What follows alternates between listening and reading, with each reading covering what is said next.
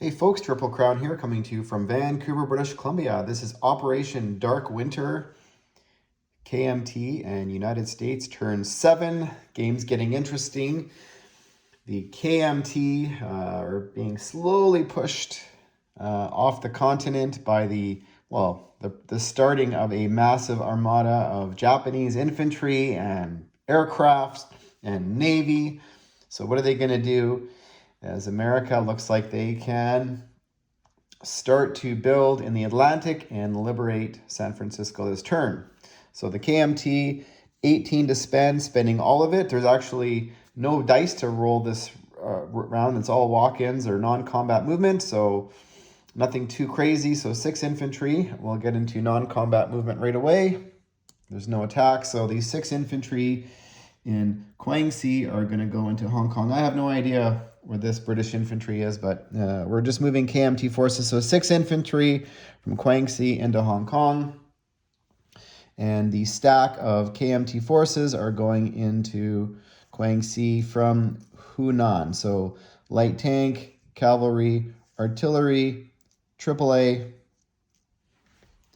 And I think this is 20 infantry. Okay, so we're going to place 3 infantry in Hunan, and 3 infantry are being placed in this territory, Guangxi. So there we go. The fighter is going to remain. So our income is the same: 1, 2, 3, 4, 5, 6, 7, 8, 9. Plus 2 is 12. So 17 IPP going into round 8 for the KMT. Quick and simple turn.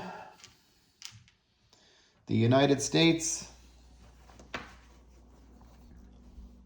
75 to spend, saving $1, purchasing 1 infantry that's going into the Philippines, a carrier, battleship, destroyer, 1 attack transport. Is that right? Is that right? A CB's base. What did I want to do that? I think I got the math wrong. So we're going to take off the CB's airbase.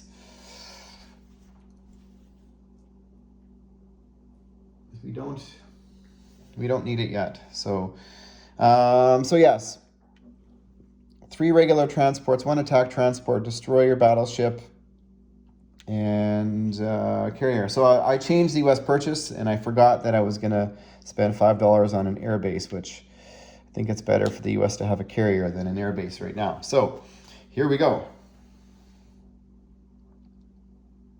The attacks, only 1 attack in San Francisco. So let's go over there. It is a walk-in because the Japanese have evacuated. So we're going to have 5 infantry come from, what's this territory here? The southwest are going in. So this Japanese roundel is gone. The American roundel doesn't need to be there because it's American territory. From the western United States, 3 infantry are walking in. 1 of them is a Marine. 1 and 2 of them are regular infantry. So I'm just going to chip them out now. Keep this nice and clean because it's going to get messy once everything starts to move about. We have 1 mech coming from the Midwest. We have 2 regular infantry going into western United States. Okay. We have 1 infantry from Baja going up.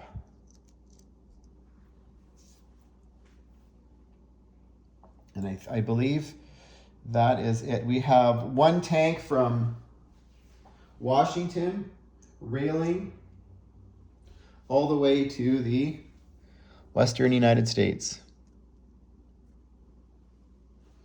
We have 2 tanks from the Great Plains and a mech driving 2 spaces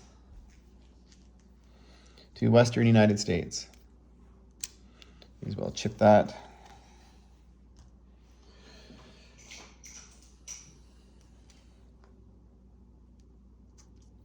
We now have 3 tanks in western United States, 2 infantry and a mech. We have from the deep south 2 tanks driving into San Francisco as a non-combat movement.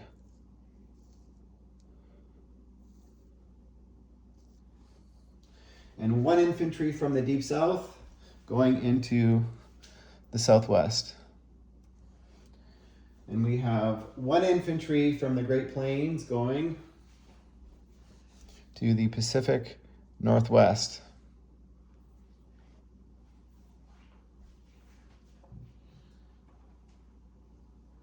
And we have 1 tactical flying from from Washington to the Midwest. There's nobody in the Midwest except a tactical bomber.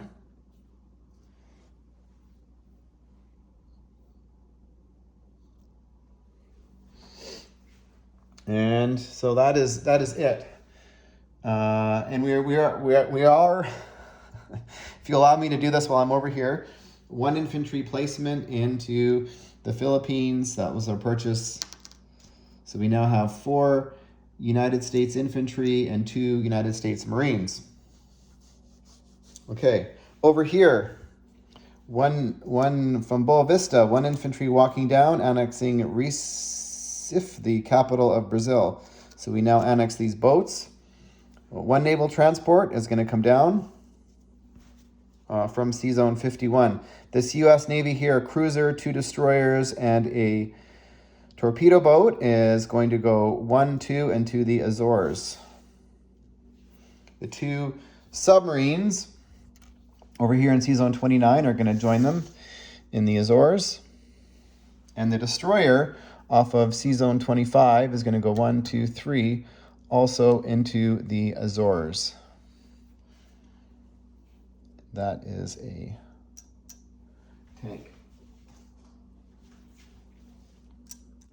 The tactical bomber in Washington is going to go 1, 2, 3 into the Azores. And the other tactical bomber is going to fly to Washington from the Great Plains. From the Great Plains, the medium bomber is going to go 1, 2, 3, 4, 5 into the Azores. Now we're allowed to go to the Azores. There's a special rule in this game that actually happened in World War II, so we've allowed it. So the Germans can non-com into Sweden without, same as but the Americans are allowed to use the air base in the Azores. Not the naval base, but the air base. And 1 naval transport in Quebec is going off of Sea Zone Quebec is going to pick up a tank and an infantry, and it's going to go 1, 2, 3. And they are going to remain on the transport.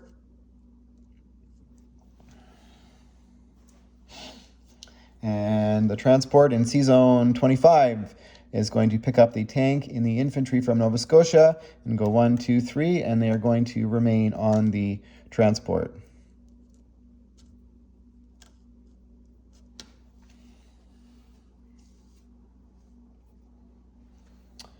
And I think that is it. Placement of units. They're 1, 2, 3, 4, 5, 6, 7. Only placing. So everything is going to be placed in Sea Zone 25. They're all ships. So 3 naval transports, 1 attack transport, a destroyer, a battleship, and a carrier. So the U.S. goes up 9 on the income tracker, and now they get their bonus of 25. They are -5 for a convoy zone, so let me figure out income.